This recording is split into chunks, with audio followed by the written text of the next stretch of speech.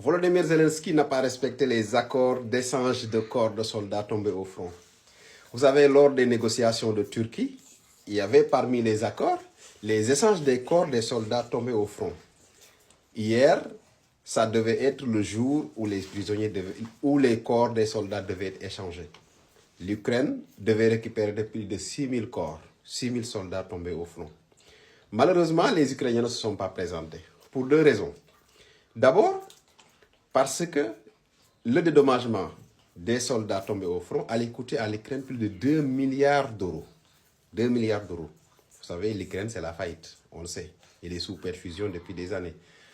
Le deuxième élément qui fait que l'Ukraine n'est pas venue récupérer ces 6000 soldats, ça allait mettre en mal tout le discours, tout le narratif qu'on a sur le nombre de soldats tombés au front. Parce que les médias pro-ukrainiens ont toujours avancé des chiffres qui étaient largement inférieurs à ce nombre-là. Et s'ils avaient accepté de venir récupérer, tout le narratif, toute la propagande qu'ils avaient mis en place depuis le début de la guerre sur le nombre de décès n'allait plus tenir. Donc, c'est pour ces deux raisons-là que l'Ukraine n'a pas du tout voulu aller récupérer le corps de ces soldats morts au front.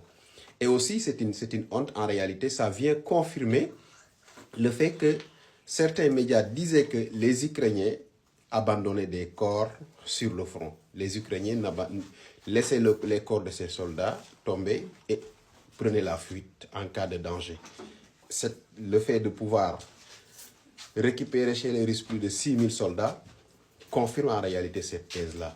Donc, dans cette guerre-là, il y a une guerre médiatique à côté, mais il faut savoir aussi que les médias, la vérité finit toujours par se faire connaître. Et aujourd'hui, on connaît la réalité que l'Ukraine a perdu énormément de soldats et ne veut pas les récupérer parce que ça allait coûter beaucoup, beaucoup d'argent pour le dédommagement des familles des victimes.